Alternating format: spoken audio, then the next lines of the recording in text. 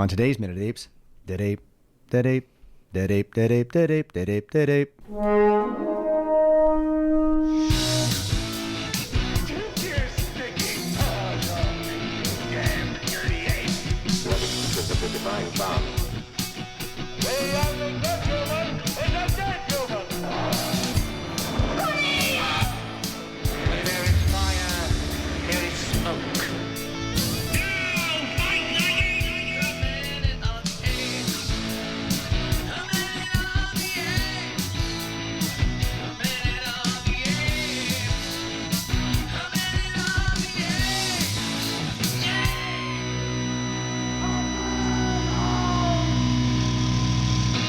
Hello and welcome to Minute of the Apes, the daily podcast where we break down every minute of the Planet of the Apes movies, 1 minute at a time. I'm Todd, and before I introduce everybody, it was that time when I just realized we're a quarter of the way through a movie. I got to figure out what clip I'm going to put of this movie in the theme song, and I think Bow Your Head's going to have to be. I think it's got to be, and I think eventually you're going to almost have to. There are going to be so many fucking movies that we do that those quotes are going to be just like the whole song. That's one over each other. Just blah, blah, blah, blah. It's a lot of quoting.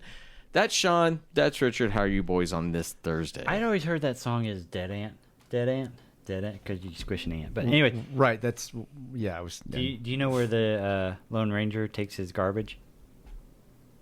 To the dump, to the dump, to the dump, dump, dump, to the dump, to the dump, to the dump, dump, dump. And that's this minute. And we're going to start over now. When Sean goes into weird, he's not a dad, but he still has dad jokes. It hurts my head. Right. Richard, how are you today? Let's just talk over here, and maybe he'll let some of those. I'll just be surfing. I'm going to play some Star Wars. No, we have 6 minutes. We have 6 minutes. No, we've got 2 minutes. We got 2 minutes. We are done. And Wednesday. No, 6 minutes until it rolls over and I get new loot. Oh, okay. In Galaxy of Heroes, it's almost 1 o'clock. Oh my God! It all comes back to Galaxy. You two are pathetic. We have 2 minutes left of this week. We have 6 minutes left till we get like. But see, I went in and changed my start time, so it's like mine is. Oh, you can do that? Oh yeah, I didn't know that. I do it between 5 and 7 a.m. and then 11 a.m. is my next reset, and then 5 o'clock is when it resets for the 24 hours. Start doing everything. Well, son of a bitch, I didn't know you could reset that. Yeah, if you go into your settings, it makes sense. The time that you can say you can reset it twice a year. As a matter of fact, I so don't care that I never looked there, but now that you say it, I'll probably reset it. Yeah, that way you can set it to your time when you want to do it instead of going, oh crap, it's X and I got to do it. Can I reset it to my rules so the game actually makes sense and doesn't wear my ass out? Take some stuff back. Yes.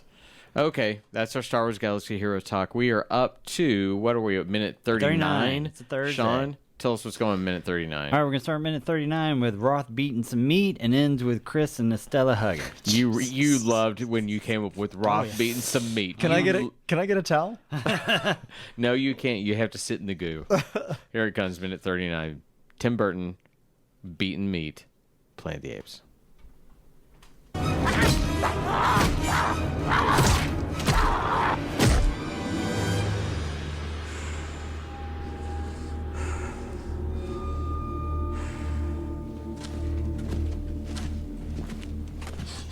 You smell that? Don't start now. We're off duty, and I'm starving.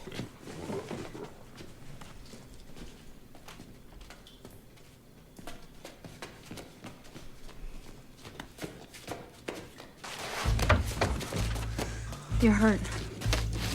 How did you get away?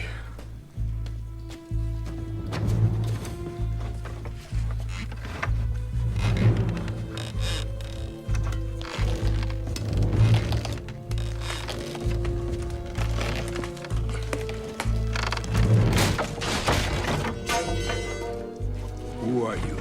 So we're trying to get the hell out of here. As minute 39, we have an overruns worth of apes and humans, 2 displaced pods worth of humans and apes, a wild humans, an ape city minus 2 gorillas.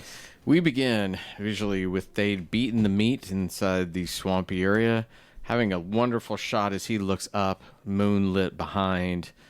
We then get the weird gorillas who are talking about the smell, and they're about to get off work, before we get another out of the darkness shot where people emerge and they're hiding in the shadows.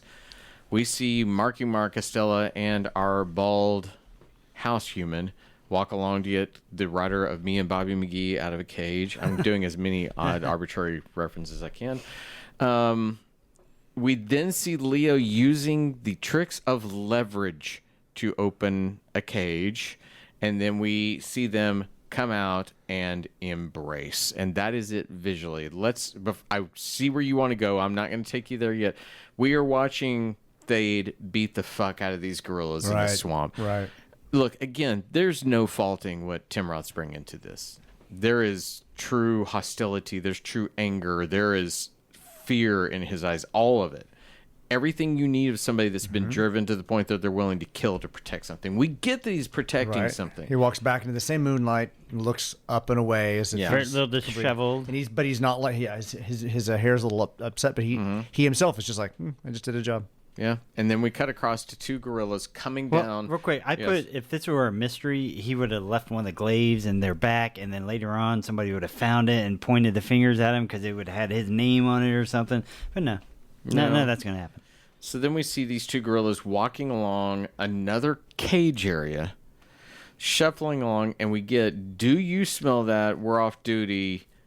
I'm starving. No, I could be completely and totally wrong, but I think they use the same two actors. I think that's Kevin Grievous. Yeah, I think it's that both sounds of them like his again. voice. Both of those voices are the two guard voices we just heard.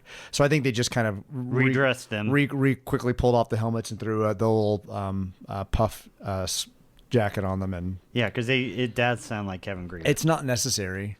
None of this is necessary. I mean, clearly since they go into the slave area, we've got two gorillas that are now off duty to go eat. Think they smell more humans, even though they just left a bunch of humans, and they leave it completely unattended. Where's your backup? Where's the person coming on board? Oh, it's 10 p.m. We can leave the... How does Estella Warren know where to find Chris Christopherson? I mean, is she a wild human? Has she been in this city before? How does she know where to go? I guess we needed a reason for them to be unguarded, right? So we have to give a reason for them to be unguarded, so we have to have these apes walking away off fair. dirty. That right? is fair. That we need that cage to be to where we can get it to free them. Again. Why the fuck are they coming in the shadows? Michael Myers stands in the shadows and comes out. Batman does. Have either one of you seen Barbarian? The new film that's out, the horror film? Oh, my goodness. It's good. I want to go see it. Oh, my God. Can I rent it yet? No, you can't rent it yet. Abby went and saw it and was incredibly disturbed by it because she lives in the basement of a house. And she's don't like, tell me any more about it. I'm not. She's like, I'm not going to my basement anymore. And when she said that, I was like, I got to see it. All I'll say is it uses shadows smartly. Right. And but it's a horror film, and it should. This doesn't belong in this film. Why aren't they standing around a wall or something and watching them go away? You don't need this. This is so silly. Right. So they then emerge out. And also, I'm sorry. Let's look at that. The gorillas lead the frame. Yeah, and they come out. Okay, it's second 22, they leave the frame, and at 23, Leo and them come out. They haven't even left the frame, Yeah. and he's already sneaking out. I mean, wait. If you can smell humans, you can certainly fucking hear them coming out of a crevice over here. Right behind you, yeah. It's like good. It's stupid. We then get them running up. They have weird ropes on the wall that Leo then uses. I kind of looks with like a crowbar. A crowbar. That's exactly. I was like, what is that? Where did his knife go? What did you do with your knife? He didn't need to pick a lock. What happened to your knife? You had a knife. Well, especially, I want to look at the. I mean, So he grabs that rope off. This type of bar would be probably held together with rope to begin with, and if you use the knife, you could cut the rope. Because when they take the bars and do like this, and would have knots around them and shit like that. But it's a crowbar. He should be able to wedge it between two of them and go boom. There's no reason for the rope. He should have been able to go boom, other than to impress Chris Christopherson that he's a smart human. That's the only reason I could think they were using this tool. Well, he also is to make it look like he's smart. He also wants to be enigmatic with him because he goes, "Who are you?" Somebody trying to get out of here. If I go, "Who are you?" You'd say, "Hi, I'm Richard. I'm Batman." You wouldn't go, "Who are you?" Yes. Somebody that's trying to finish a podcast. No, Right. I mean, tell me who you are. Well, and then Chris Christopherson's thinking, "I'm a Rhodes Scholar, and I'm sitting here watching Dirk Diggler break bars and get me out of here." I hope the payday was great for him. That's really it. I mean, it's silliness of how do we get The only good thing is watching Thade beat the shit out of the two gorillas, because that at least rings true of he has a purpose. There's something going on. They come out of the shadows, don't even look to see if they're being guarded by anybody else. These two gorillas are off duty going to eat. Nobody cares. They go and break the bars. Snapping those bars would make a lot of noise. Should make a noise. Yeah, exactly. And nothing. I also don't know where all of the other slaves went. There's the people they captured. There's just the three left. Just her family, dad, and the kid, and then the person who spoke up earlier. Yeah, that came running with him. Okay, I'm going to challenge both of you now. I'm thinking about it. Next time you meet somebody new and you introduce yourself, you are not allowed to say your name. You just have to be enigmatic. So, hey, how are you doing? Hey, it's nice to meet you. You are...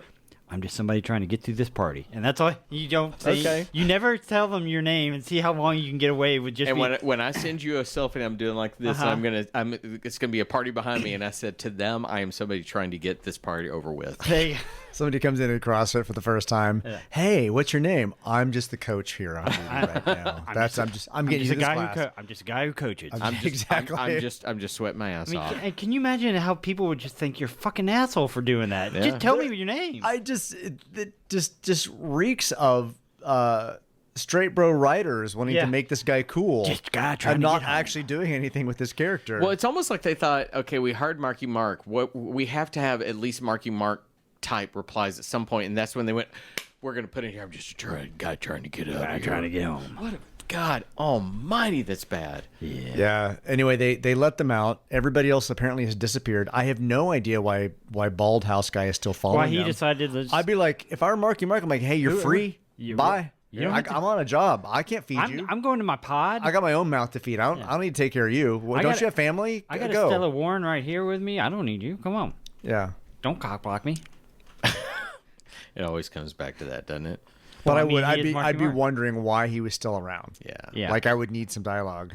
We're gonna go join the resistance. I'm wondering why we didn't take up. There were at least a couple of listeners that said, no one would fault y'all if y'all skipped the Tim Burton film, and I'm beginning to think that maybe they're right. No, because I really do think this might be the laziest and worst minute of the entire movie so far, just because it's like this weird. Okay, I'm gonna go back to it. We're at the sunk cost fallacy with this podcast. We've gone this far. We're just gonna fucking finish. Escalation of commitment is what. Also, it's called. they do another screen direction thing that's weird. They run left and leave right, and they come in right and run left. Which usually you have to have that kind of thing. You're supposed to put an insert or something that shows the screen direction change. Who edited this? I don't know. But then surely it wasn't shot this way, and the editor's like, "Fuck, I just got to run with it." Well, then it's also the reason I didn't even want to look at screen direction weirdness. We see Mark run in, and behind him, if you do it like this, you can see those ropes he finds. Right. Uh-huh. It cuts over to Estella running to Chris, and they hey, are you're hurt? Blah blah blah, and he finds the rope, but he never finds the bar. Right, I don't know where the bar came from. And usually, I mean, how many times would this work? You walk in, you see the rope, you see the bar, and you go bam, bam, and you put it together. Right. It's almost like Elmo breaks out of prison. It's those remedial kind of things, but you need to see it. No, we don't know where the crowbar came. It was suddenly there. Just grabbed a rope. Well, and he had it in the same place he put the knife. I know. At first, I thought he was like grabbing keys off the wall. It's like, and how is he going to grab the exact right one? Yeah. They're doing this thing. Is this one of those situations where they just built the sets from waist up? That is true. Like literally all we're seeing is sets from the waist up. Yeah. We're not seeing a lot of floor down. That happened at the dinner table. It's happening here in this scenario. It happened in the cages in the kitchen. You see that big thing, but everything else, you're right, has been very... He's grabbing the rope off the wall. I can't see what's at the bottom of the rope. I thought it was keys as well at first, right? Because it just looked like they're hanging on a wall because we don't see the full... unlocking the cage. We don't see the full length of the rope. That's very odd. Yeah, like why are there 4 ropes just hanging? Why are there ropes? And where is this crowbar coming from again? And if it was something on a wall and he ripped it off, I'd almost buy that. But why would they just have a piece of metal laying around that he conveniently thinks? And we've never seen him with this skill before of going leverage. Well, if I do this and build this. You were asking about the editor. His name is Chris Levinson, and he has edited a lot of Tim Burton stuff. Okay. I can see I'm sure he's a great editor. Sweeney Todd and Alice in Wonderland, or his first Crimson Tide, Top Gun. But look, outside they cut a couple of key songs in Sweeney Todd. I'll stand there for that any day. It's a well-made movie, but shit, the editing in this It's somebody's shit in a basket, man. Yeah. It's awful. All right. So they're out. They're out. They're out. We broke the bars. They're getting out. Yep, they're free birds. We're breaking the bars and moving on to minute 40 for tomorrow. So I'm just going to end it and say, everyone, have a stinking great break the bar kind of day. Bye. Bye, everybody.